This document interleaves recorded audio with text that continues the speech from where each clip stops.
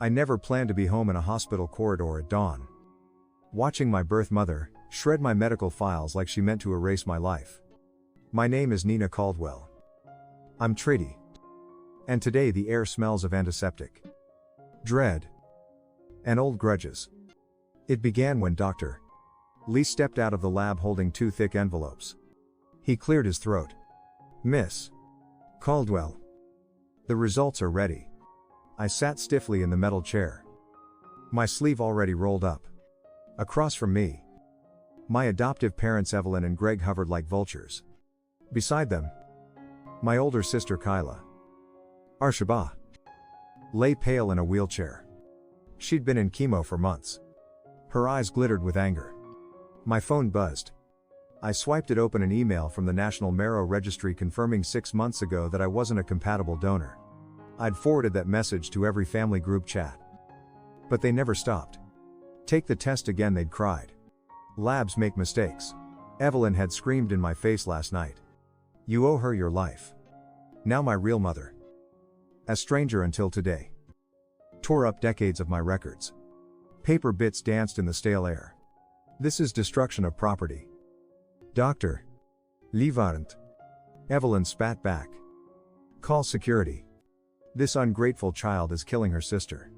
She eyed me like I'd stabbed Kyla myself. I kept my voice calm. "I'm not a match," Lise Gregg bellowed, pounding the armrest. "You haven't even tried." My gaze drifted to Kyla's wheelchair. Once, at age 10, she shoved me down the stairs and blamed me for tripping. At 12, she burned my college acceptance letter.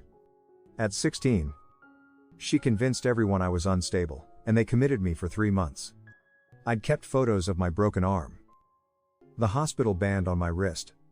He still had nightmares. But today I had proof. I showed Dr.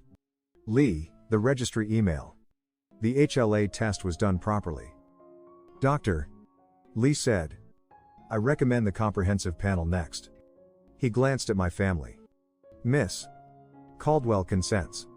Please prepare the blood draw." Evelyn lunged. "You can't," I interrupted. Voice soft but firm. "I will. Once and for all." The nurse inserted the needle. Warm blood filled the vial. I closed my eyes and breathed. Behind me, Evelyn snarled, "We fed you. We clothed you. And this is your thanks. Let your sister die." I let the words wash over me. I remembered being 16. Huddled in the psychiatric ward, begging to go home. My parents said I needed help. Dr. Morris's notes said otherwise, no signs of mental illness. Injuries consistent with abuse. I kept those records in my bag. Evelyn knew it but never once believed me. Now Dr. Lee said, 45 minutes to results. He offered me a sympathetic look. I nodded, grateful he'd brought me here. Kyla managed a weak laugh. "Take your time. I'll be waiting." Her voice trembled. Equal parts pain and rage. I crossed my arms, then hurried along. They tried to argue. They pleaded. They threatened lawsuits. I didn't flinch. This time, therapy had taught me to stand still amid their storms. 20 minutes later, security arrived, stern faces in blue uniforms. Dr. Lee waved them off. "Fist bending. No arrests today." "Please," Evelyn hissed. "She's been brainwashed by that shrink of hers. I see it as growth." I replied, "It's called healing." My mind drifted to Sarah, my best friend since I ran away at 16. She took me in when no one else would. She taught me self-respect. Sarah never gaslit me. She never asked for bone marrow. Another 5 minutes. I traced the tile lines on the floor. The walls seemed to close in. I pictured the syringe, the vial, the email on my screen. Simple blood. Definitive science. Dr. Lee re-entered, papers in hand and a grave face. "Nina, thank you for your patience. We found no HLA compatibility with Miss Reese." The world went quiet. I exhaled without realizing. Evelyn's jaw dropped. Greg staggered back. Kyla's eyes filled with tears, confusion. Betrayal. Horror. Doctor. Li continue. More importantly, the panel shows no genetic relationship whatsoever. You are not biologically related to Miss Reese. He paused. There is zero shared DNA. You are not sisters. He blinked. My heart pounded. I looked at Evelyn. Her face ashen. This can't be. She stammered. I laughed soft. Incredulous. Relief flooding me. I'm adopted. I said. You never told me. Evelyn shook her head. Tears sliding. We planned to. When you were older. I held up a hand. I'm 30. I'm older. Greg's voice cracked. You were scared. It wasn't safe. I survived. I said. Without your bone marrow. Without your truth. Without your love. Kyla wheezed. You knew, she rasped. I used that against you. I leaned forward. You always knew. Every secret you shared. Every rumor you spread, you used them because you knew they'd wound me. She fell silent. I felt a fierce calm. For the first time. I belonged to myself. Doctor. Lee closed his folder. I'll file these under confirmed non-donor. You're free. He offered to walk me to the paperwork desk. I stood. Steady. Thank you. Then I turned to my family. You told me I owed her my life. You were wrong. I owe her nothing. I walked past Evelyn. Past Greg. Past Kyla's shocked face. In the corridor. I felt air for the first time in years. I reached for my phone and sent Sarah a single text. It's done. No explanation needed. Behind me. My family erupted in chaos. But I stepped into the hall and didn't look back. Part 1 ends where I choose freedom over obligation and uncover a secret that shatters their world and rebuilds mine. In Part 2, I'll explain how this truth rewrote everything I thought I knew. The fluorescent lights overhead buzzed as I stepped into the hospital lobby. My pulse still thrumming from the revelation. Every face blurred into the antiseptic white corridors. But I felt a clarity I'd never known. I'd always thought identity was tied only to blood. But today I learned that truth came in many forms. I reached for my phone and thumbed through old messages. Half expecting to see a note from Evelyn apologizing or Greg demanding explanation. But there was only one unread text, Sarah's. Reading, tell me everything. My heart swelled in relief. Some people kept their promises, and for once I knew exactly where I belonged. Outside. The early sun had broken through rain clouds, painting puddles gold on the pavement. I realized I was starving. Not for marrow or approval, but for a sense of self. I ducked into the hospital cafe and ordered black coffee. No sugar, bitter suited my mood. I sank into a corner booth and pulled out the adoption records. Dr. Lee had mentioned a polished manila envelope stamped confidential. My hands trembled as I slid open the flap and withdrew the fragile pages. Dare Street social worker notes. My birth certificate listing a distant European village. The names of my real parents, Linda and Pavel Novak, lost in a car accident when I was 2. The world felt both larger and smaller with those words before me. I read the official summary: no known living relatives. Placed in foster care. Then adopted by Evelyn and Greg Caldwell. They'd been friends of my biological godmother. Someone who'd asked them to care for me. I'd always credited my survival to my adoptive parents' love. But now I saw traces of convenience in tax documents and offhand comments Evelyn made about our blessing. I closed the folder, sank back, and stared at my reflection in the cafe window, someone both ordinary and extraordinary. I was Nina. And I was Luna. In that moment, I decided that both names belonged to me. Like 2 wings I could now spread. I took a slow sip of coffee, feeling the weight of a new world settle into my bones. I walked home with the envelope pressed against my chest like a lifeline. My apartment building loomed around me, familiar and comforting. Inside, Sarah was waiting, her arms open, eyes bright with concern and curiosity. Show me, she breathed. And I handed over the documents. She scanned them, then looked up. tears pooling in her eyes. Your real parents named you Luna. She whispered. Moonlight. Our hope. I let the name roll on my tongue, tasting its promise. I think I want to meet them, I said. Voice steady. Sarah nodded, squeezing my hand. Then we will. The resolve in her voice galvanized me. This wasn't a journey I'd take alone. That night, sleep eluded me. I lay in the darkness staring at the ceiling. Mind, racing through memories of every time I'd felt out of place, family dinners where I was the punchline. Holiday photos where my smile never matched theirs. Now each hurt made sense. But the wounds were mine. And I held the salve. I would build new memories anchored in truth. Dawn found me drafting an email to the Novak village registry, an old address. Fiedistanland. With trembling fingers, I wrote, my name is Nina Luna Caldwell. I believe I was born in your community. I seek any information about my birth parents. Any guidance would mean everything. I paused before hitting send. Then exhaled and pressed the button. The universe was listening. Over the next week, messages flooded in, frantic voicemails from Evelyn pleading for reconciliation. Terse texts from Greg threatening legal suits. Bitter voicemails from Kyla accusing me of cruelty. Each ping against my phone felt like a row of dominoes waiting to fall. But I let them stack. I replied to none. Instead, I focused on the emails from Eastern Europe. A historian from the village offered to translate local archives. A neighbor recalled seeing my mother's carriage in the town square photos. A nurse at the old clinic sent copies of birth registries.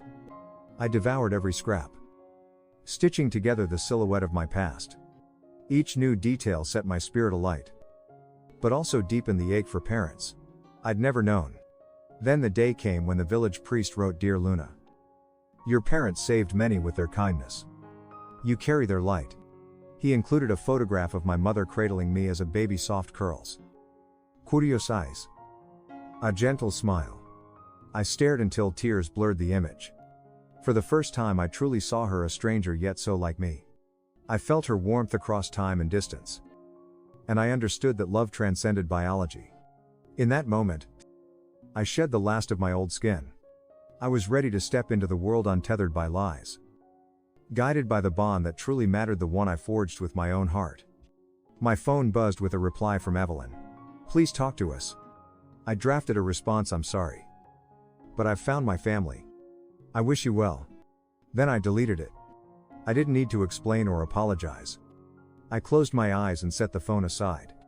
Outside, the evening sky bloomed in lunar silver. I whispered to the wind, I'm free. And meant it. In the hush that followed, I heard my own heartbeat steady, proud, alive, and I knew this was only the beginning. I woke before dawn, heart pounding with a strange cocktail of anticipation and tremor. The photo of my mother cradling me slipped from my hand, landing on the nightstand as if urging me to move. I dressed in silence, each layer of clothing feeling like armor against the unknown. At sunrise, I found myself at the travel site, fingers hovering over the book now button. My reflection blinked back at me, a stranger with my eyes, my nose, my destiny, and I clicked. In that instant, I traded the safety of questions for the promise of answers. The days that followed blurred into a routine of work and whispered plans. I met every deadline with fake cheer. While Sarah fielded texts from my adoptive family, Evelyn's pleas became less frequent, Greg's threats more absurd. Their voices bounced off the walls of my resolve, leaving me untouched. I drafted a single reply, I'm sorry, I can't, and silenced the thread. For the first time, I refused to be the puppet in their drama. And the thrill of autonomy tasted sweeter than any relief I'd felt in years. The evening before departure, Sarah and I sat amid an avalanche of suitcases and maps. Laughter mingling with nerves. We labeled folders Novak history, translations, emergency contacts, as though knowledge alone could cushion the shock of reunion. I paused, inhaling the scent of travel-size shampoo and possibility. What if they're nothing like me, I whispered. Sarah reached across the clutter and squeezed my hand. Then you'll still be you, she said, her voice steady as a lighthouse in the dark. And I believed her. At the airport, the roar of engines underlined my heartbeat. I tightened my grip on the boarding pass as I stepped onto the jet bridge. The flight attendant offered a polite smile. I returned it with a nod that held the weight of a farewell and a reckoning. The engine spooled, thrusting us forward. And as the city lights shrank beneath the wing, I realized I wasn't escaping anything. I was arriving at who I'd always been meant to be. Touching down in a country I knew only in fragments of translation. I felt the air hum with history. Cobblestone streets, wound between pastel buildings.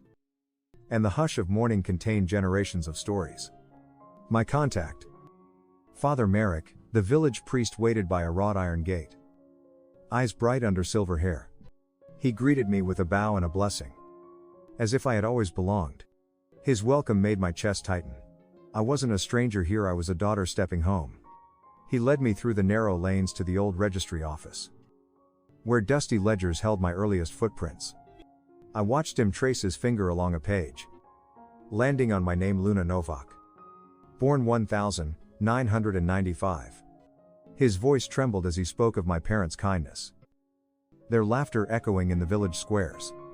When he described them, I saw my mother's soft smile, my father's gentle strength, and I realized I'd carried them inside me long before I saw their faces. We paused at a weathered stone cottage at the edge of town, my birth home. Wisteria draped the walls in lavender clusters, and a single window looked out over rolling fields. I pressed my palm against the cool wood, imagining tiny fingers reaching for mine. Every breath felt sacred. Every heartbeat, a hymn. My pulse thrummed. Tomorrow I would knock, and the echoes of my parents' love would either greet me, or leave me standing at the threshold of a dream. That night, beneath a sky strewn with unfamiliar constellations, I wrote in my journal, I am here. I am ready.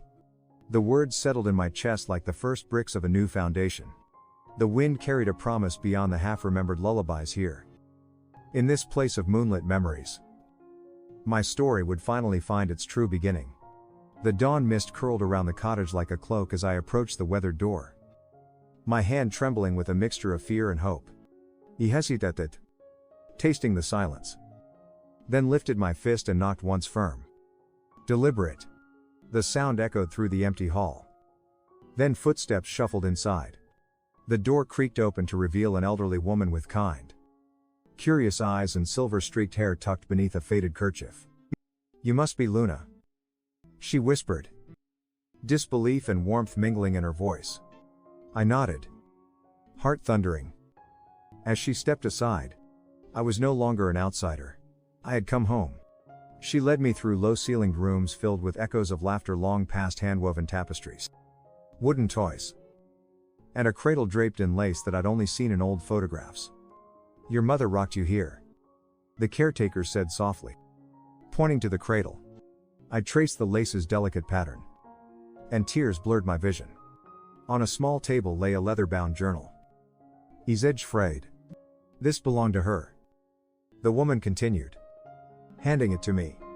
My fingers curled around the cover as if it were a lifeline. I opened it and found my name scrawled in elegant script, Luna Novak. The first entry began with my mother's trembling hand recounting the day I was born, her joy overshadowed by growing fears for our safety.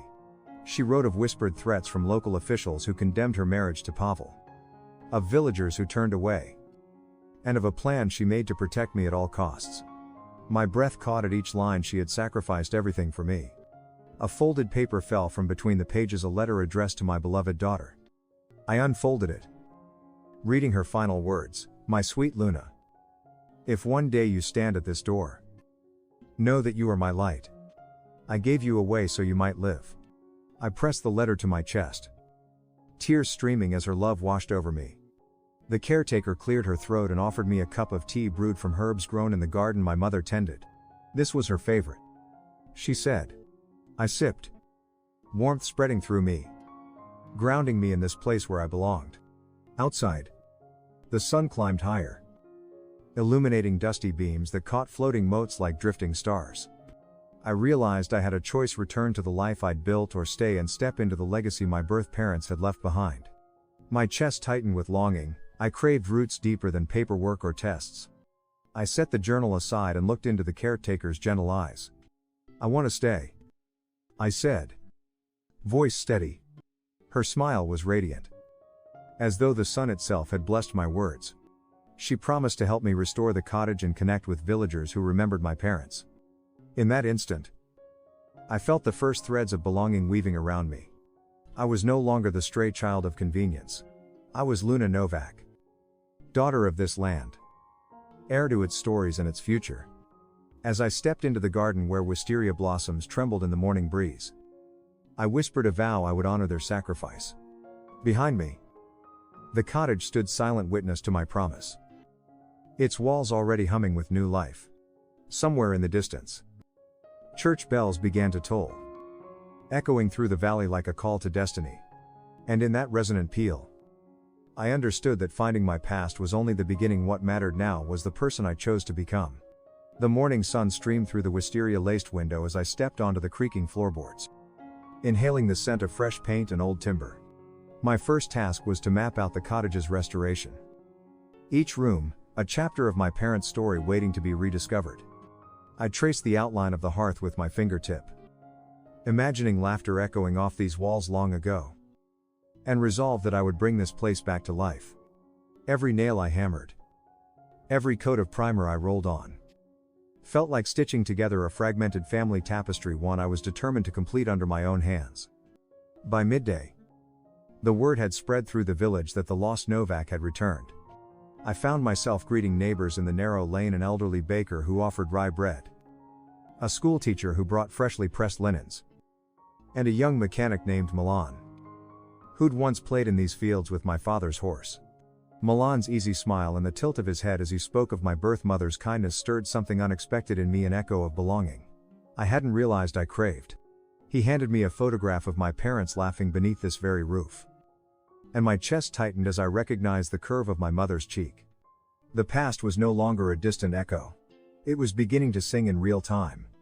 That evening, I video called Sarah to share the day's discoveries, peeling back wallpaper, uncovering my mother's handwriting on faded post-it notes, and how Milan and the baker insisted on helping every step of the way.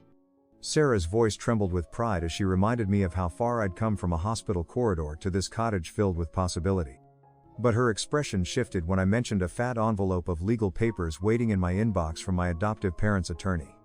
They claimed that revealing my adoption records violated some obscure clause in our papers. He swallowed hard, but set my jaw and told Sarah, "They may own the past, but they don't own my future." And with that, I felt a fierce surge of independence, heavier than any contract dispute.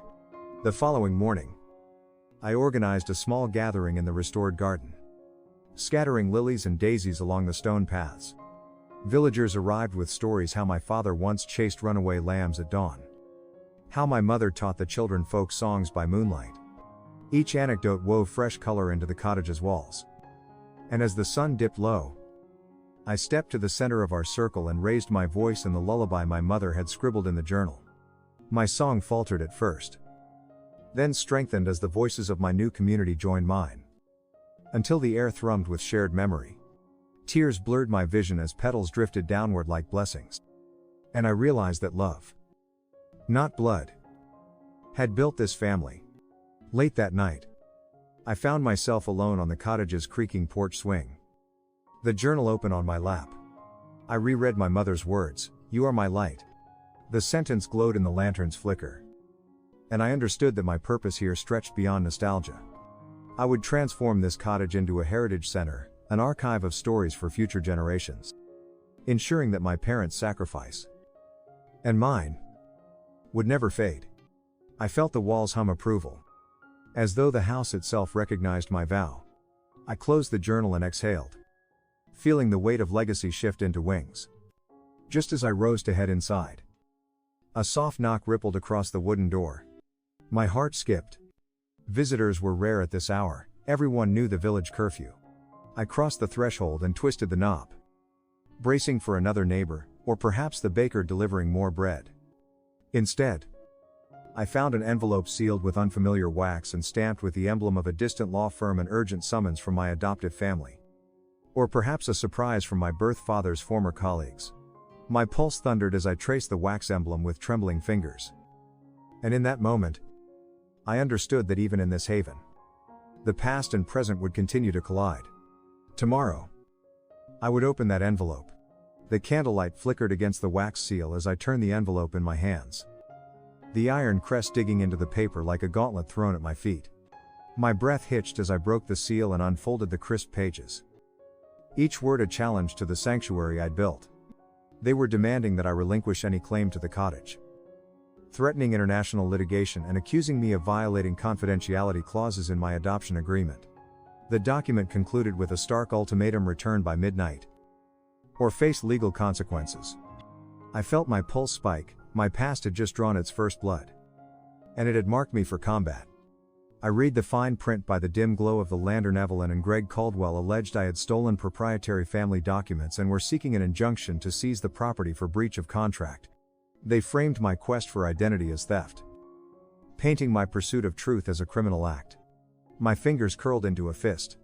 They were weaponizing paperwork to unearth me and drag me back under their thumb. As the final sentence scrawled its threat, "We will see you in court," I realized this was more than a summons. It was an attempt to rip away my newfound freedom. I crumpled the letter and stood, the old floorboards groaning beneath my boots. In the stillness, I felt the cottage's heartbeat, its sturdy walls and moss-laced stones lending me strength. I wouldn't face this alone. By dawn, I'd enlist Father Merrick's help and secure a local attorney versed in both European and American law. The villagers would stand with me. They understood what it meant to protect home and heritage. My fight would be their fight, and their resolve would be my shield. Before the sun rose, I gathered the village council at the restored garden, its lilies and daisies nodding in the cool breeze. I laid out the legal notice, watching unfamiliar faces harden with anger at the injustice. Milan slammed his palm on the table, promising to spread the word across town. The baker vowed free bread for anyone who signed our petition, and even the school teacher offered her classroom for community meetings. In that moment, I knew I had tapped into something deeper than blood ties. We had forged a family bound by loyalty and purpose. Word of our stand reached the regional press by midday, and soon reporters prowled the courtyard, their lenses flashing like foreign tongues, probing for scandal. I felt exposed, but instead of shrinking, I stepped forward and told our story of sacrifice, of rediscovery, of a cottage reborn by collective love. Readers across 2 countries rallied behind us, flooding our inbox with messages of support. Even Father Merrick was surprised. He'd expected sympathy, not solidarity on this scale. The headlines proclaimed orphan claims ancestral home, but they missed the truth. This was a daughter defending the legacy her parents entrusted to her. That night, as I sat beneath the wisteria's silver blossoms, I reread the Caldwell letter one last time. Greg's threats to disown me, Evelyn's pleas for forgiveness that reeked of manipulation. Each line reaffirmed what I already knew: family is not defined by contracts or genetics, but by the promises we keep. Blood never saved me, truth did. And I would honor that truth, no matter the cost. By morning, I had a plan. I would publish my adoption records and the Novak documents online, laying everything bare. Transparency would be my armor. I'd launch a petition for cultural preservation of the cottage, rallying international support. And I'd file a counterclaim for defamation and property rights, backed by the village council's testimonies. The world would see who I really was and on which side honor lay. With the petition in my pocket and Sarah's encouraging text lighting my screen, I stepped toward the registry office, the cottage's door closing firmly behind me. Villagers gathered at my heels, determined faces shining with hope. As we approached the courthouse's ancient doors, I felt an electric certainty: this battle would not break me. It would baptize me. And come tomorrow, I would stand not just as Nina or Luna, but as the daughter who taught her parents the meaning of family. The morning of the hearing dawned crisp and pale as I stepped into the courthouse with Father Merrick, Milan, and half the village behind me, their quiet confidence bolstering my own. The air inside smelled of polished wood and tense expectation, and I walked to the plaintiff's table with my head held high, sliding the Novak journal and Caldwell's ultimatum under the judge's nose. Reporters lined the gallery, their flashbulbs snapping like impatient staccato. But I refused to blink. Today I would speak truth, and truth alone would decide my fate. Counsel for Evelyn and Greg Caldwell rose first, reciting clauses in the adoption contract as if reading a prayer, accusing me of unauthorized disclosure and theft of proprietary family materials. Their voice dripped with entitlement until I stood. I told the court about the blood test, the absence of kinship, and the Novak records that proved my lineage. I spoke of the cottage's restoration, funded by community donations, and the petition signed by hundreds across 2 continents. As Father Merrick, Milan, and the baker each testified to my character and purpose, the tapestry of my parents' legacy wove itself into evidence. The judge's gavel fell silent, and in that hush, I felt the weight of every lie lift from my shoulders. After a brief recess, the judge returned with a measured gaze. He acknowledged the contractual provisions the Caldwells cited, but balanced them against the irrevocable facts I was not bound by blood to them, and the cottage was my rightful inheritance from my birth family. He denied the Caldwells' injunction, awarded me legal title to the property, and admonished them for attempting to weaponize an agreement born of secrecy. The courtroom erupted in soft gasps and relieved sighs. But all I heard was my own heartbeat slowing as I realized I was free in every definition that mattered. Walking back through the village that evening felt like a triumphant procession. Children cheered from doorways, neighbors clasped my hands, and the baker pressed warm loaves into my arms. I returned to the cottage as dusk settled, its freshly painted shutters glowing in the lantern light. I unlocked the door, inhaled the familiar scent of oak and wisteria, and ran my hand along the reclaimed mantel where my parents' cradle once stood. This home had survived abandonment and conflict, and now it breathed with new life as a testament to resilience and love. That night, I sat on the porch under a sky heavy with stars and opened my journal to a clean page.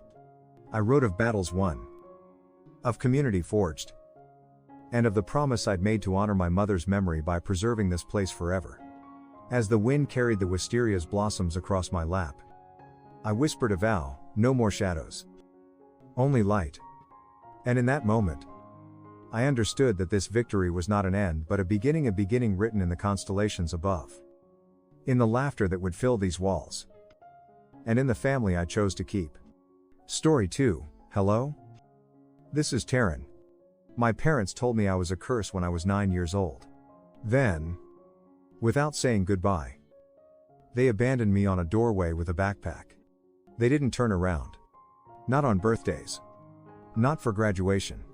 Not even when I started from scratch. They reappeared 21 years later. Not for reconciliation. Though, they came to get money. In actuality, however, the treachery did not begin at the door. It began a long time ago. With each silent rejection, each revision of the truth. What made them return? Why now? And how do you respond when your estranged family demands a share in your success that they never thought you could achieve? Now let me tell you what transpired. I can't recall the precise date. Sometime in the late fall of 2004. However, I recall the chill. Not the type that made you tug your sweater tighter or seek for gloves. This was not like the others. It infiltrated my body and took root in the areas of me that I was unaware might shatter. While my parents were fighting in the kitchen, I was sitting cross-legged on the floor of the living room, silently coloring. I had learned to be quiet when the yelling began. Learned to remain undetectable. However, their voices were crisper than normal that morning. Each sentence felt purposeful rather than haphazard. Then my name was called. Arliss. She's a curse. My mum lost her temper. Everything has gone to hell ever since she was born. She wasn't meant to be here. He fired back. Before I lost my job, we were doing well. She arrived 2 months later. Then the baby died. She seemed to have brought everything down. I went cold. That wasn't meant for me to hear. If I did, I doubt they would have cared. Not much was kept out of that house by the walls. Avoid using terms like curse, bad luck, or mistake. At the time, I didn't even fully get it. I was just 9 years old. But like a warning bell ringing, something constricted in my chest. My mother summoned me into the hallway that afternoon. She didn't shout. She didn't weep. Go pack a bag, she urged. Perhaps we were paying someone a visit, I thought. It may have been a sleepover, I inquired. How long? She didn't respond. I brought up a little pet rabbit named Penny, my favorite trousers, and a sweatshirt that was too big for me. Penny was tucked up in a corner of my backpack as if I was embarrassed to have her with me. During the drive, we didn't speak. I watched leaves fluttering in the breeze through the passenger window. In an attempt to predict our destination, I kept track of the seconds that passed between turns. However, I felt sick to my stomach as she pulled up in front of my grandparents' house. She failed to park. The engine was still running when it was halted. Leave. Without glancing at me, she said. For a moment, I looked at her, expecting her to laugh, to tell me it was a joke, or to order me to go back in. But she didn't. So I picked up my luggage and went outside. With the punctuation of a phrase. The door shut behind me. Standing on the front step, I gazed at the door, which I had been to 100 times before, but never in this manner. I pressed the bell. Waited. My granddad opened it. He squinted as if I hadn't arrived. He sounded worn out. What are you doing here? Taryn, I opened my mouth to speak, but nothing came. My mother's vehicle had already started to move away. He let out a sigh, went outside, and peered down the street. Honey, we can't oppose your parents. Only long enough to give me a blanket did he leave the door open. Then he shut it forcefully but softly. It took me a while to weep. I refrained from screaming. I watched the wind gather stray leaves and transport them down the pavement while I stood there with the blanket slung over my shoulders. No one returned. So I waited for them to. Hours went by. The roofs were obscured by the setting light. The sharpness of the air increased. The cold began to burn my fingertips. Through the blanket, even, I heard a voice at that moment. Gentle. Perplexed. Known. Taryn. It was the neighbor across the way. Mrs. Lenora. It had been months since I last saw her. Without a question, she hurried over, gave me a quick glance, and led me into her house. The scent of ancient books and cinnamon filled her home. She prepared tea for me. I suppose I phoned Child Protective Services, but he didn't drink. However, she refused to let them in that evening. Said that I had endured enough for one day. She handed me an old sweater that belonged to her husband, with sleeves that were too wide and hung beyond my fingertips. I curled into a corner and let my eyes blur as she perched on the edge of the couch. That day, I experienced warmth for the first time. She remained silent, just remained close by, replenishing my tea, while never touching it. If I wanted to call anyone, she asked. I gave a headshake. I believe she was aware. I slept off while gazing out her window, observing the now dark and uncaring place I once called home. I waited to see whether someone would notice what they had done, or if a light would turn on. Except there was nothing except silence. Something changed inside of me that night. Not very quickly. More akin to a silent, gradual unhooking. It was the part of me that felt like I belonged. Give it up. Even at the age of 9. I was aware of what desertion looked like. I could also hear how it sounded. It was the sound of an engine as it drove away, the click of a vehicle door, and the quiet that descended when you realized no one was returning. For years, every accomplishment I made seemed like banging on a door that would never open again. Thus I will always remember the sound of that door closing. I convinced myself that I had given up caring and that it didn't matter. In actuality, though, every victory seems like a question when you're raised in a race. Did I truly exist if they didn't see me? The stillness had a weight by the time I was 10. It stuck to me in the back rows of every classroom and followed me from room to room at Lenoris's house. I was still the same girl who requested permission before speaking and brought home A's. I sat by myself now, though. Evenzo. My name was listed as a finalist for the spelling bee, winner of a poetry competition. However, when it was named, there was no applause from the crowd. There was someone waiting in the wings for everyone else. Every time, a chair was left empty for me. Initially, the teachers would wait for a hand to go up while looking about eagerly. A parent, grandmother, or even a relative who lives far away. However, they stopped asking after the initial few times. It was no longer a coincidence that the chair was vacant. It was but I persisted. I wish I could communicate it to those who only see the curated version of my life at this point. The fact that they ceased appearing didn't make me stop liking them. I continued to write brief notes and draw cards. All holidays. Each birthday. I would even write a note and slip it inside an envelope on Sundays when I missed them more than usual. Hello, Mother. I hope all is well with you. I'm succeeding academically. You are missed. The little blue box beside the door is where I would put them. Leonora utilized it to send out her mail. She never checked the stamps at my request. A part of me probably thought that just writing was sufficient. That perhaps they would sense it in some way. As usual, I slipped a card in one day. And Leonora drew me aside. She appeared sincere rather than upset or depressed. With a stack of returned envelopes in one hand, she said, "Sweetheart, all of these have returned. Returned to sender marked." She softly gave them to me. It was my handwriting on the front. My name. Their address. The same on each envelope. Quietly, she added, "They no longer reside there. Not in a long time." I gazed at the pile. Recognizable forms. My naive cursive. A few of the envelopes were worn. Rain or cold caused the ink to smear. There was still a little glitter sticker in the corner of one. That day, I didn't weep. I was also taken aback by that section. I just nodded and retracted them. I arranged them in a line on my room's floor that evening. They had the appearance of young soldiers who had fought and returned with injuries. I stopped writing after that. Not with rage, but with comprehension. The sort that feels definitive without having to yell. Leonora's personality. I was never informed they weren't worth it. Or one day you'll forget them. Rather, she sentenced me to live with it. Uncontrollable things can be broken by certain humans. She was also correct.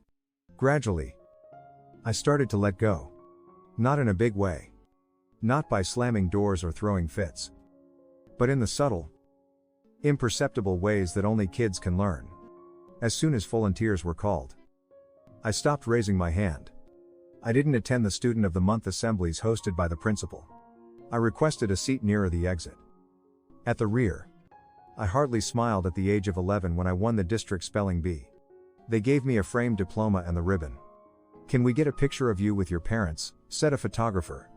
I gestured towards the area next to me and blinked. They were unable to attend. After a moment of hesitation, the photographer turned to face Lenora, who was standing somewhat further back. I gave a soft shake of my head. Still. He took the photo. Only me.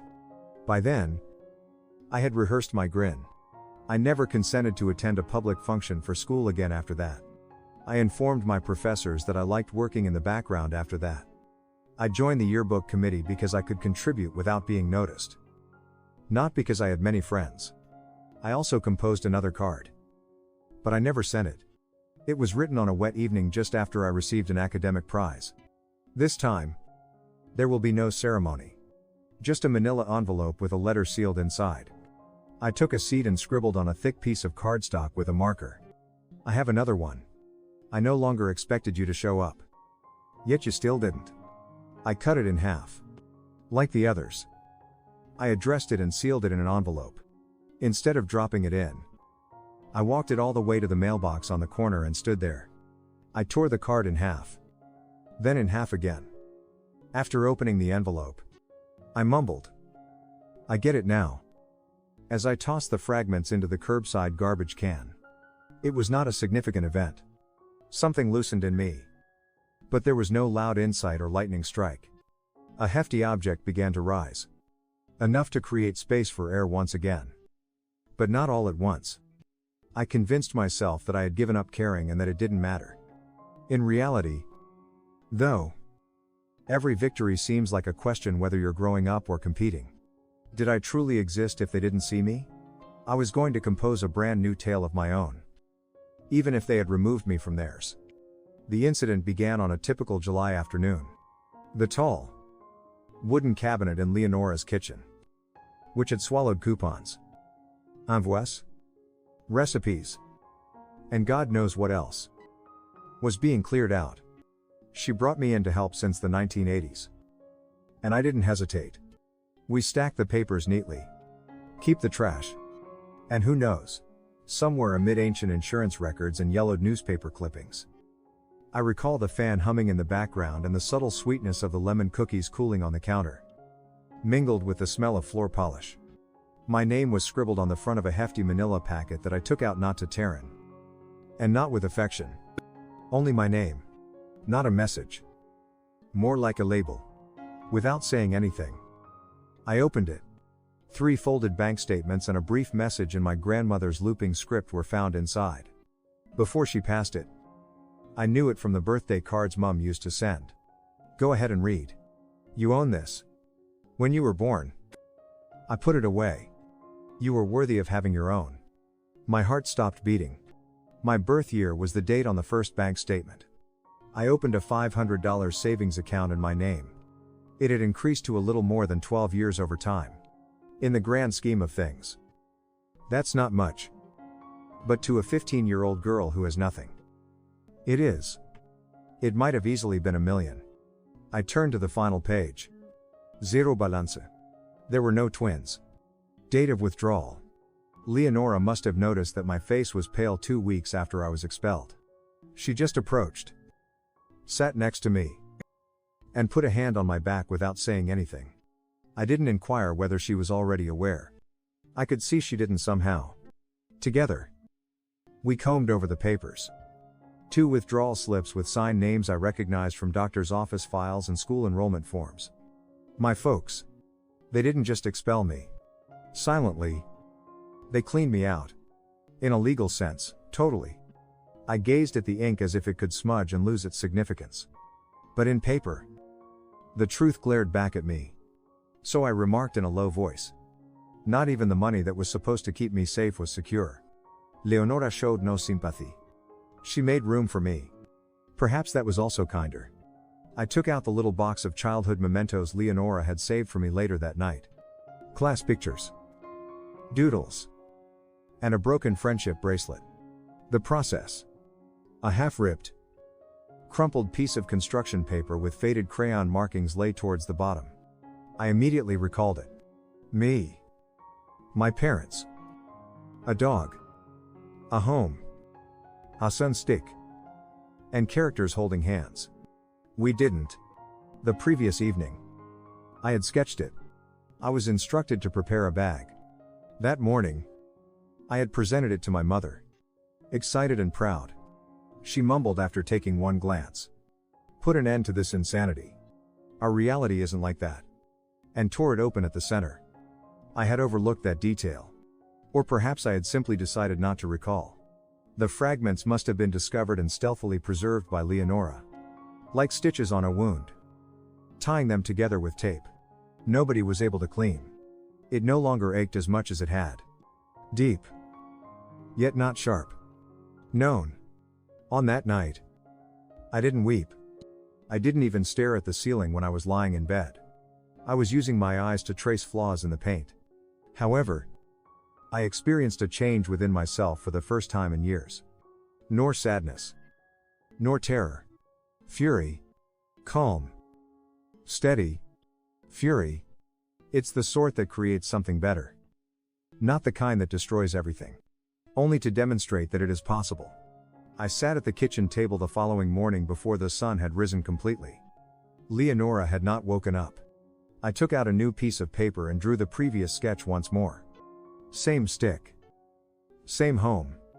Figure me out. However, there were just 2 figures this time. Leonora and I. No pretend dog. No son. Only us below. I used capital letters as I wrote. Begin here. Above my desk. I tacked it to the corkboard. I needed to start. Not because I needed a good reminder. I inquired for an application at a nearby cafe after walking 3 blocks there that afternoon. I had no idea whether they were recruiting. "You're a little young. But you look like you mean business?" the woman behind the counter observed. "Yes. I do nod." As I walked home with a pleasant breeze blowing across my face, she handed me the paperwork. I came to a realization. 1 page at a time. I was rewriting my name in the world after they removed it from their list. After that night, I created my own stage instead of waiting for ones they would never allow me stand on. But I had to feel it shatter again before that resolution solidified. 2 weeks before to the ceremony, I received my graduation envelope. It was slender. No gold foil. Don't emboss. I just put my address and name. A schedule with the words "formal attire encouraged" was enclosed in a little letter. After reception, I read it 3 times. It didn't call me by name anywhere. No congrats. No dignity. Court notification. Not at all personal. You wouldn't realize from reading the invitation that I placed in the top 3 in the class. Only a line. 2 days later. At the program, the honorees will be revealed. As I turned in my final assignment, my English instructor, Mrs. Caldwell, drew me aside. She looked at her shoes and stated, "There were some adjustments. Taryn. Just be there. That's what counts. Changes." The word reverberated. I knew I had no parents to cheer for. But it didn't specify who made them. No gifts to the school were made in my name. No relatives to take pictures of. Whatever list I had previously been on had been condensed for ease of use. The Cedar Rapids Community Center was decked out in silver and maroon streamers on the day of the event. The folding seats were arranged in rows. There are flowers everywhere. Programs were neatly stacked on a welcome table. I scanned the list on the inside cover: names under future leaders, names under most promising scholars. Names unter top achievers. Mine wasn't there. Leonora walked in beside me. Her arm linked through mine. Dressed in her Sunday best. She smiled politely at the greeter. But I could feel her grip tighten as she scanned the same program. We were directed toward the back. Past rows of beaming families. Proud moms with camcorders. Dads in pressed shirts. At the very back corner of the room was a table labeled overflow seating. There were no flowers. No tablecloth. Just 4 metal chairs and a paper sign. A staff member gestured toward it. "We thought you'd prefer a quieter seat." Leonora didn't respond. She just sat down slowly. For like she didn't trust the chair not to give out. The lights dimmed. A slideshow of baby photos and student memories played on a screen. One of the girls in my chemistry class sobbed when her baby picture showed up. Another dad whistled when her award slide appeared. My name never came up. When they began calling students on stage, I kept my expression neutral. Polite practice. I clapped where it was expected. Smiled at the right faces. Nodded when someone looked my way. My name was skipped. Not mispronounced. Not fumbled. Skipped. When they began the closing remarks, I stood quietly and walked out. I didn't make a scene. I didn't slam anything or raise my voice. I just left the hallway outside. The event room echoed with each step I took. I paused near the exit. The one they'd pointed me toward when we first arrived. I glanced back once. Not for them. But for me to remember what it felt like to be erased so politely. It almost looked like a favor.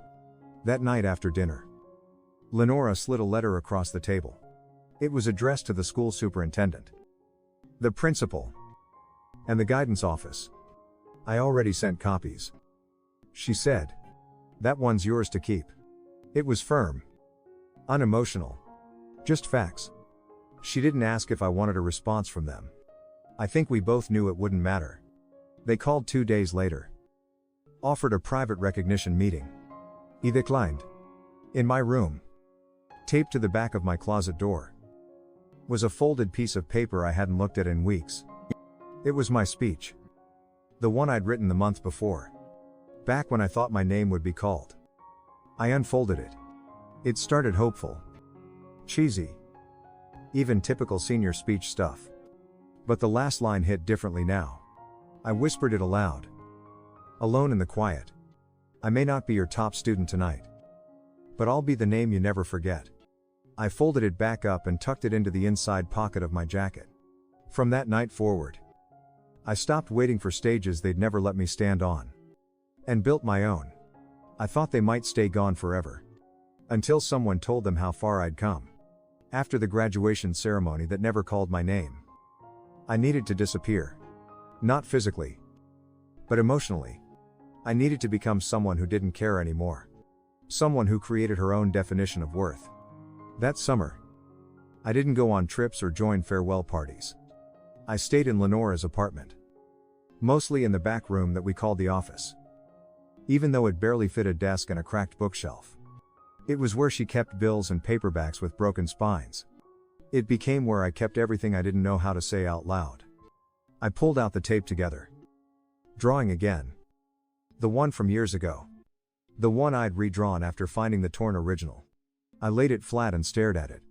Eyes landing on the tiny version of myself standing near a crooked house and a sky that had no sun. This time I sketched a new version. The same little girl. But she was walking toward an open door. No one stood inside. No one waited. It didn't matter. The door was open. That was enough. That sketch became more than a drawing. It became the seed of something. A logo. A name. A quiet rebellion. Open fust. It started as an idea. A digital resource board for kids like me. Kids who didn't have a family to cheer for them.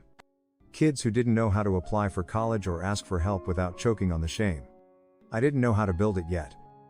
But I knew it needed to exist. I spent most days at the Cedar Rapids Public Library. They had free Wi-Fi.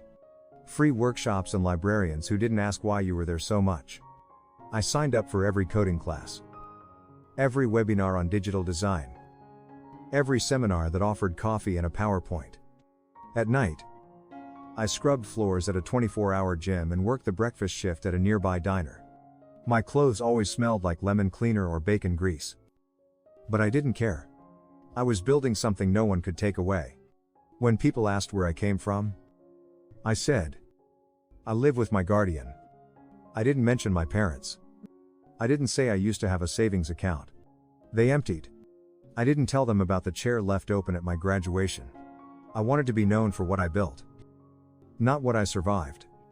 After a few months, Invest had a landing page, a mission statement, and 3 resource guides. I wrote myself. I shared it in a foster care form under a throwaway account. I didn't expect anything to come of it. But someone commented, "This is exactly what I needed 2 years ago," and that was all it took. I started adding content every week. Career tools. Scholarships. How to rent an apartment without a cosigner. How to file taxes when no one ever taught you how. I didn't advertise. I just kept going. One day, a tech blogger from Chicago found the site and asked to feature me in a Young Innovator segment. I almost said no. But Lenora insisted. Sometimes the people who hide deserve the most light. The article came out on Thursday. 2 weeks later, a national digital magazine picked it up. I was sitting at the library when the email hit my inbox. I clicked the link and there it was. My name. My face. A headline in bold. The founder who made herself from nothing. I didn't cry. I didn't smile. I stared at it for a long time. Then closed the browser. At home that night, I left my phone face up on the counter. I kept glancing at it. Not hoping for anything specific. Just curious. No text from my parents. No emails from old teachers. No congratulations from any relative who used to pinch my cheeks and call me the quiet one. Just silence over tea. Lenora said gently, "You weren't made to be clapped for by them." I looked at her and smiled. Not out of sadness, but peace. "That's okay." I replied, "I'm not building applause. I'm building something that outlives it." But not everyone stayed silent. Someone else, someone unexpected, reached out next. The thing about living in the same town you were cast out of is that you're always walking a thin line between the past and the present. Most days I managed to balance that morning at St. Luke's Hospital. Though I slipped. Lenora had fallen on the front porch 2 nights before. Nothing dramatic. Just a bad twist of the ankle that refused to heal right. We were in the ER by 8 a.m. Checked in and waiting for imaging. I filled out her forms while she smiled through the pain, pretending she wasn't nearly 80 and stubborn as ever. They took her back for x-rays and I stayed in the waiting area, half scrolling my phone, half listening to the low murmur of others around me. It smelled like antiseptic. An old coffee. The walls were beige. The lighting, unforgiving, standard hospital ambiance. That's when I heard it. A voice that dropped my stomach faster than any diagnosis ever could. I know. Sweetheart. I'm right here. I froze there. Across the hallway was my mother, standing in front of an exam room, her hand on the shoulder of a young woman who looked like she could be her niece or a neighbor's kid. Comforting present. Tender in a way I had never received. She looked up mid-sentence and her eyes locked on mine. It lasted less than a second. Recognition. Then retreat.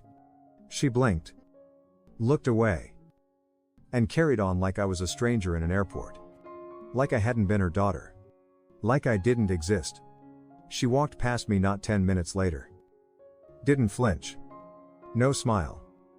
No nod. Nothing. I didn't move either. Not because I was stunned. Not because I didn't know what to say. Because deep down, the child inside me still hoped for a flicker of something. A Terran. A pause.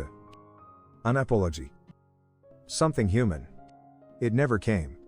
Leonora returned shortly after, wrapped in an ace bandage and wheeled out by a nurse who smelled like menthol and had kind eyes. We didn't talk much on the ride home. She must have sensed the shift in me, like something had torn quietly and left no blood. But all the ache. That night I sat on the edge of my bed with a journal I hadn't opened in years. The cover was soft, worn from moves and summers pressed beneath other books. I wrote with a pen that scratched like truth. You taught me how to survive abandonment. Tonight you reminded me that I can outgrow the need for closure. The next few days passed in a kind of fog.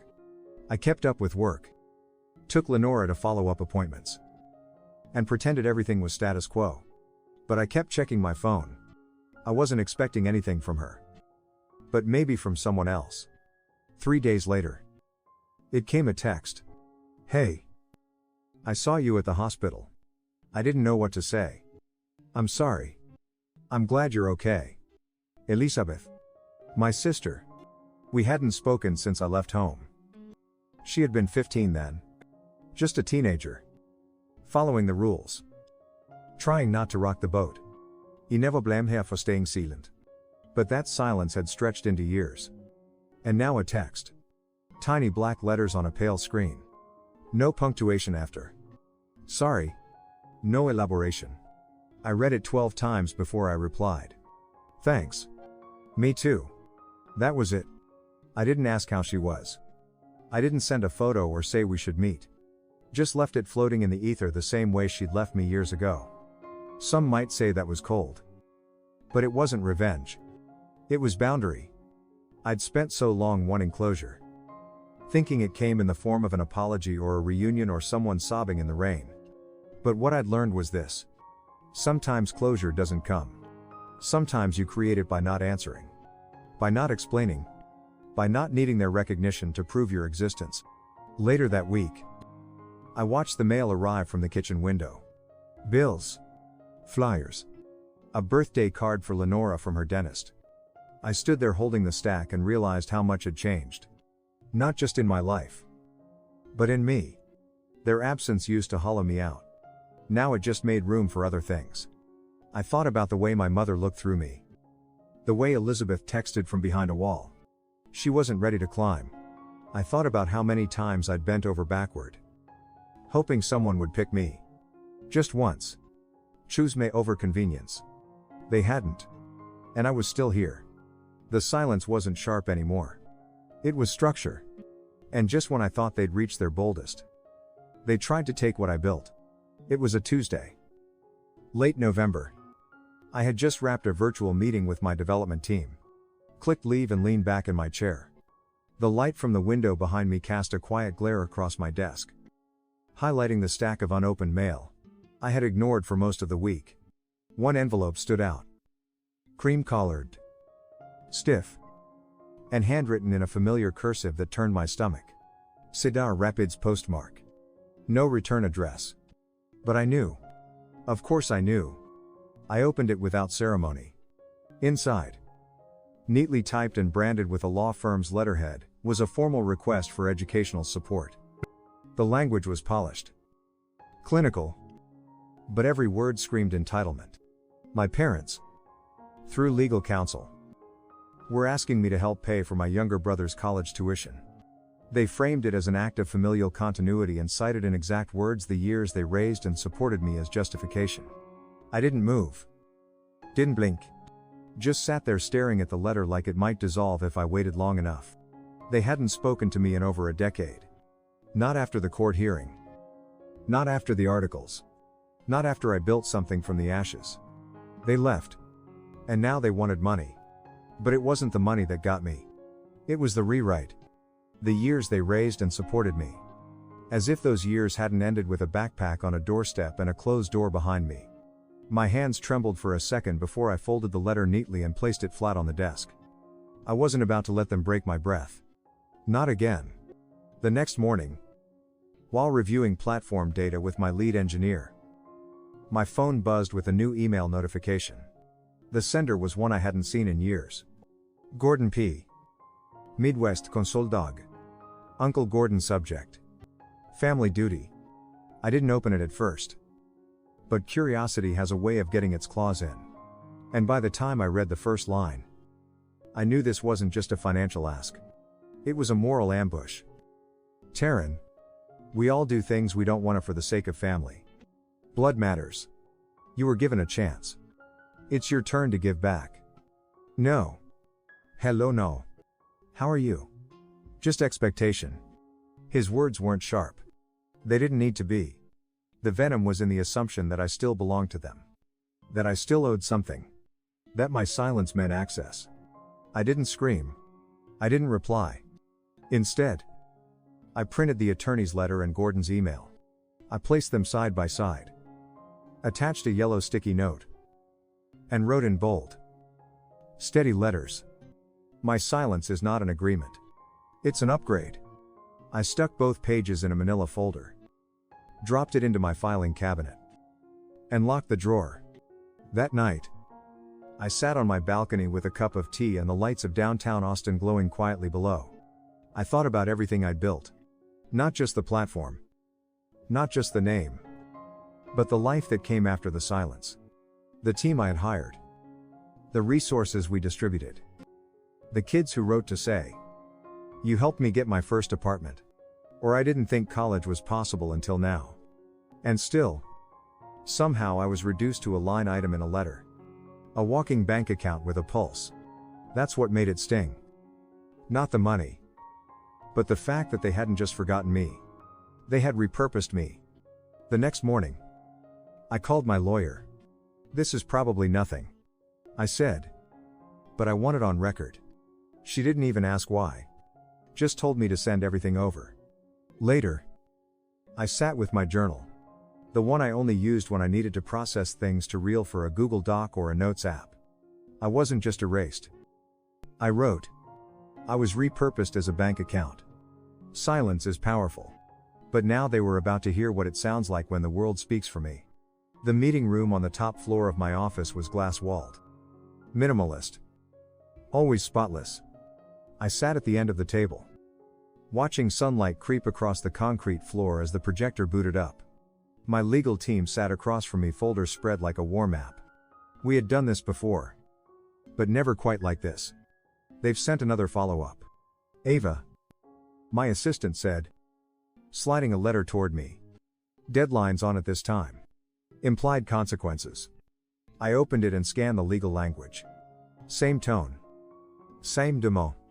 Dressed up in phrases like amicable resolution and fair contribution. They still thought they could intimidate me into writing a check. I reached for the black folder beside me. The label was handwritten in block letters the day they called me a curse. "I'm ready," I said. What they didn't know couldn't have known. Was that just 2 weeks earlier? A box arrived at my front door. No return label. Just a scribbled note that said, "I found this in the garage. Thought it might be yours." Inside was a dusty VHS tape wrapped in a plastic grocery bag from a long-defunct supermarket. I borrowed a converter from the tech guy downstairs and digitized the footage. What played left me sitting in stunned silence. It was me. 9 years old. A little girl on a porch, clutching a backpack that looked too heavy for her size. The time stamp in the corner read the 3rd of April. 2004. You could hear my father's voice clearly. "You don't live here anymore." The screen shook as the person filming, a neighbor I later confirmed, shifted.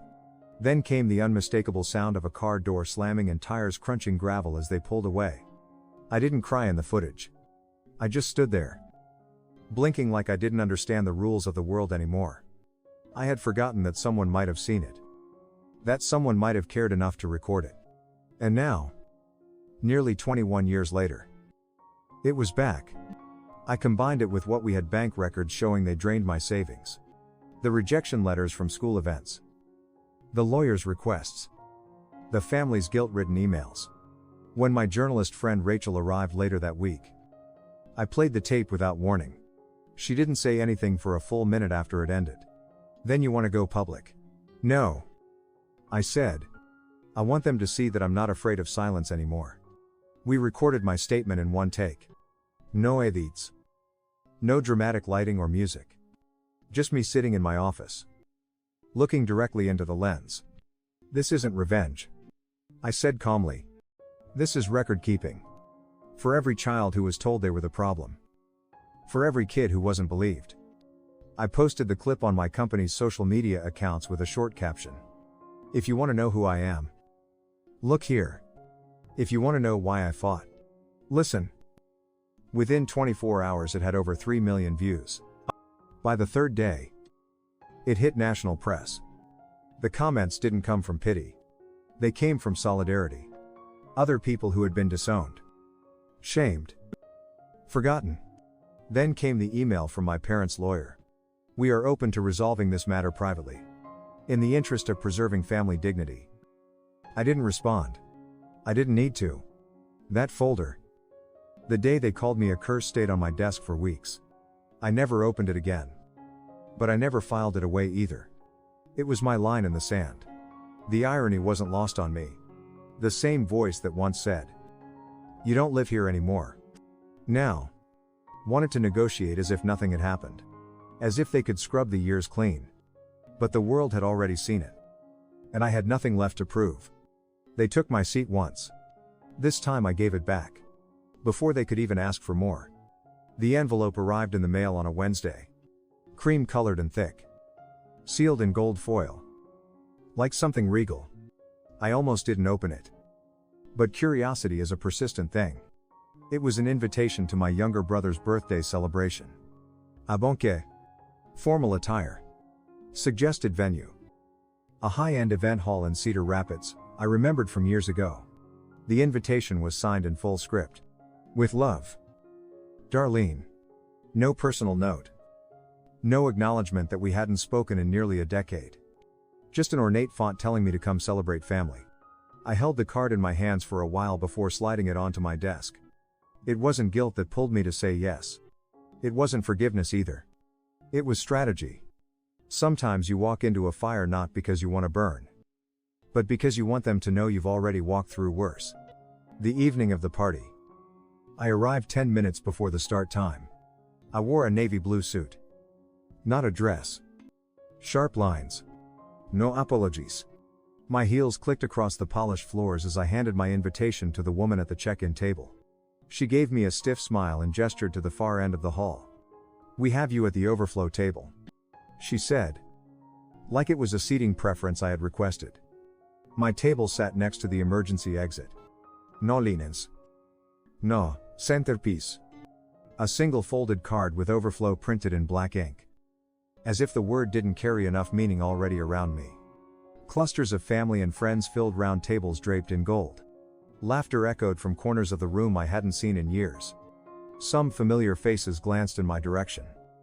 Paused. Then turned away. I sat down and poured myself water. Not because I was thirsty. but because it gave me something to hold an hour in.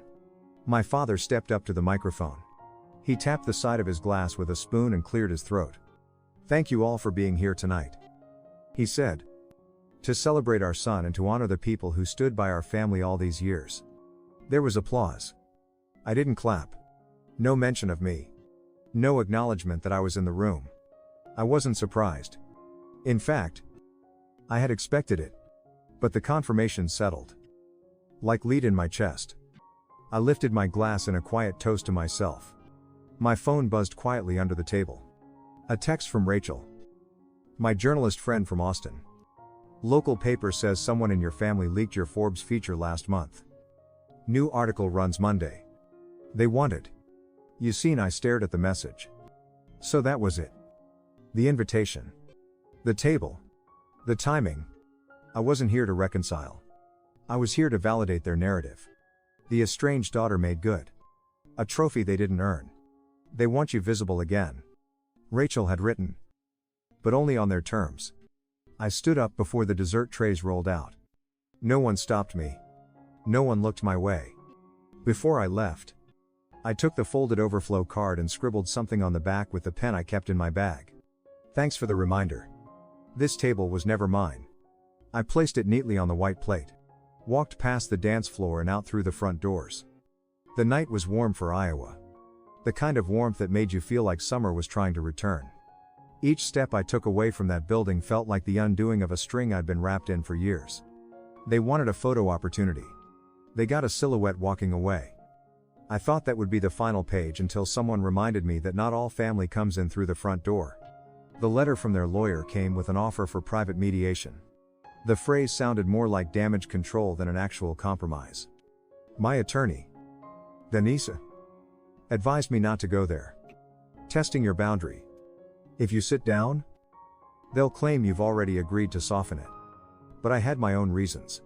I told her we'd go. I brought her with me. Of course. And I wore a wire. The conference room they chose was downtown.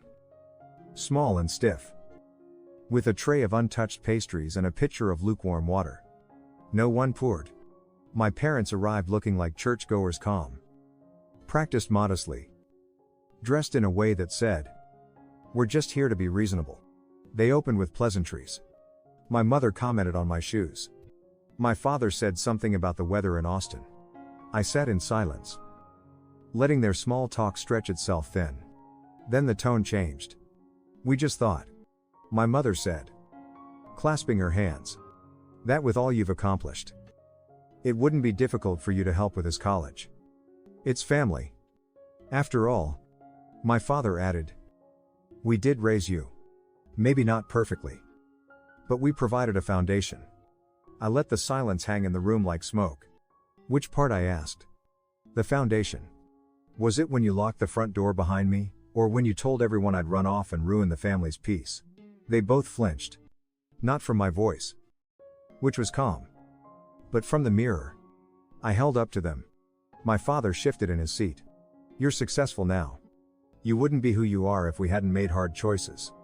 That was the moment the cracks formed. Not in them, but in the narrative they had built. Denise took notes silently, eyes sharp behind her glasses. She didn't need to speak. The tape was rolling. Every sentence. Every shift in tone. Every carefully reworded lie. It was all documented. 3 weeks later, we filed a motion in court. Proactive. Not just to block their request, but to draw a clean, permanent legal boundary. We cited emotional abuse, financial misconduct and abandonment. No dramatics. Just truth. They countered with a flimsy plea. Family obligation. Moral responsibility. A daughter's role. The courtroom was small. Mostly empty. No media. No grandstand ing. Just a judge who read through both filings with the expression of someone trying to stay patient through a rerun. He looked up once. Halfway through their attorney's closing. "There's no legal or ethical basis for financial compensation here," he said. "She owes you nothing." My mother gasped quietly. My father stared at the floor. I didn't move. Denise gave me a quick nod. Calm. Certain. We stood. Gathered our things and made for the exit. Just before we reached the doors, my mother's voice cracked through the stillness. You'll regret this one day. I didn't look back. I didn't answer. Outside, reporters were waiting. A few who had picked up whispers after the earlier online post. I said nothing. Just walked down the courthouse steps, holding the signed ruling in one hand, my bag in the other. That night, back at my apartment, I sat on the floor in front of the fireplace. I placed the original demand letter on a ceramic dish and lit a match. The paper curled quickly, flames licking the edges like it was eager to disappear. I watched it burn to ash. Then whispered, I didn't win. I just ended the part where they could rewrite the story. Later, I closed my journal with one final line. They taught me how to fight. I just learned how to win differently. And just when I thought my story had turned quiet, the past whispered one more time from someone I never expected. It was a Friday afternoon. Austin's sun softening across the buildings as I walked out of my office. We just finished a quarterly board meeting. One of those sessions where the language is all numbers and strategy, but the mood lingers long after in your chest. I was tired but satisfied. The kind of tired that comes from building something no one can take from you. I stepped into the parking lot and stopped there. Near the row of cars stood my mother. Darlene. She wasn't leaning against a car or pacing. She stood with her purse clutched tightly, like she didn't know what to do with her hands. No warning. No text. Just there. I didn't say anything. Neither did she. Not at first. She took one tentative step forward and opened with, We didn't come here to argue. That's when I noticed him. My father a few steps behind. Arms crossed. Like a bodyguard who didn't want to be seen. He kept his distance. My mother looked older than I remembered. But softer too. Her voice cracked slightly as she added, You'll always be my daughter no matter what. And then she stepped in. Arms beginning to lift. I raised a hand. Not forcefully. Just enough. And stepped back. She froze the air between us. Suddenly thick with a kind of tension only shared blood can summon. Her arm slowly dropped. You don't have to be afraid, she said. But I wasn't. I just didn't want it. I stood still as she fumbled to keep the moment alive. She started talking about how families drift. How pride gets in the way. She referenced God. She referenced grace. She mentioned how proud they were of me. How they kept up with my progress. But it was like watching someone try to sell a house they abandoned years ago, expecting you to forget the broken windows because they planted flowers on the porch. I listened. I didn't speak. That silence. My silence. It became something larger than either of us. A boundary shaped not by walls, but by everything that had come before. She shifted tactics. You think this success means you don't need a family, she asked, trying to sound hurt. But her tone slid sideways into accusation. That's when I finally answered. This success means I finally understand what family actually is and what it isn't. She blinked. My father took one small step forward, but said nothing. I didn't yell. I didn't cry. I simply added, Thank you for coming by. You're free to go now. I turned and walked back toward the building. Heels steady on. The concrete keycard already in hand. I didn't turn around. That evening I sat in my apartment with the lights low and a cup of mint tea, slowly losing steam. I didn't feel powerful. I didn't feel triumphant. It just felt clear. That hug. It wasn't meant for me. It was for her. For her conscience. Her image. Her illusion of mending. Something she refused to admit. She broke. But I didn't need it anymore. Closure hadn't come when they apologized.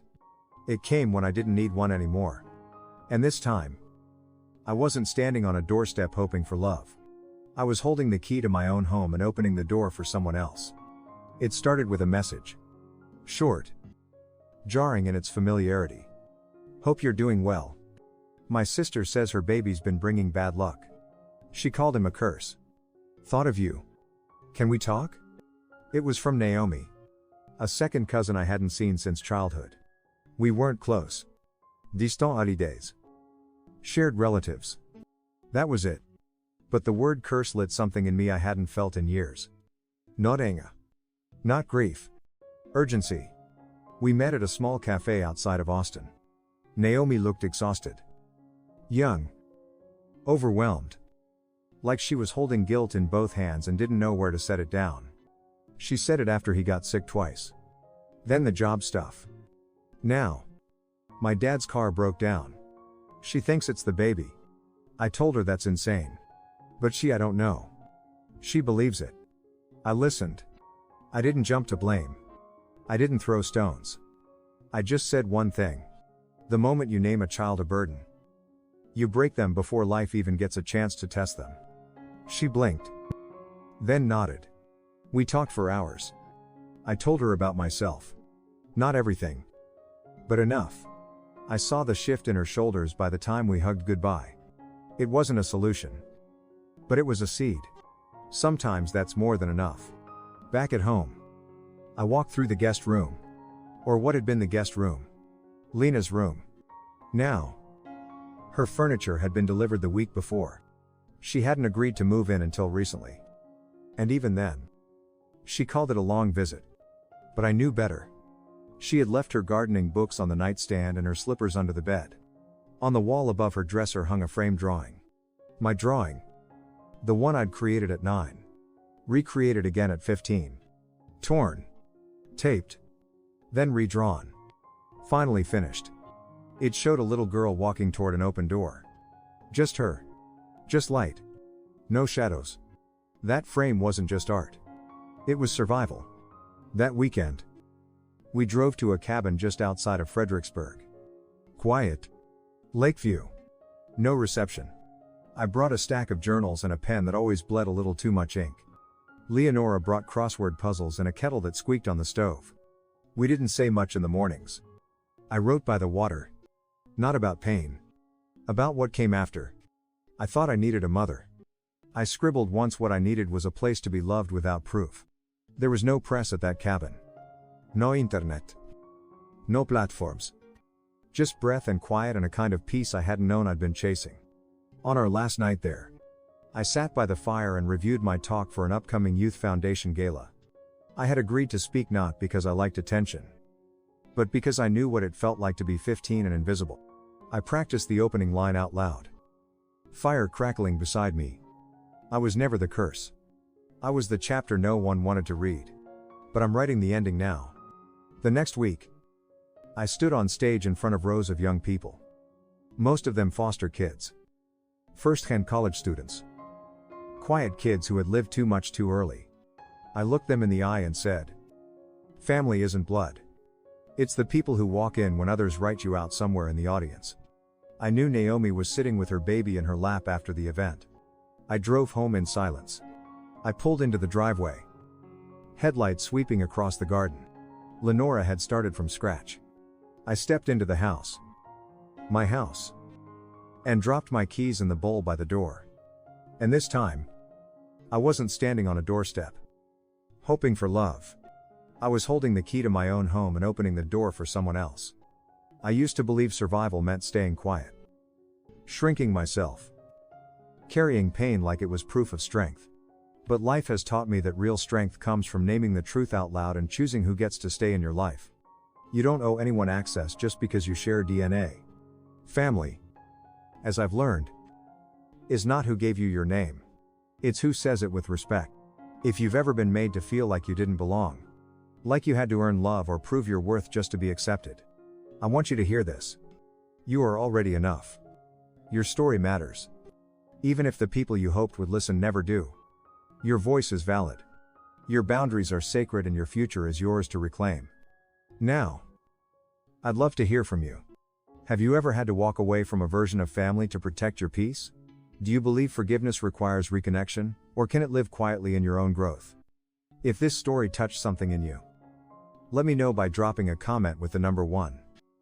Or tell me where you're watching from. If you disagreed or saw things differently, I still want to hear your side. Your experience matters too. And if you'd like to hear more stories like this real, rough, and rooted in resilience. Go ahead and subscribe to this channel so you never miss what's next. Thank you for being here.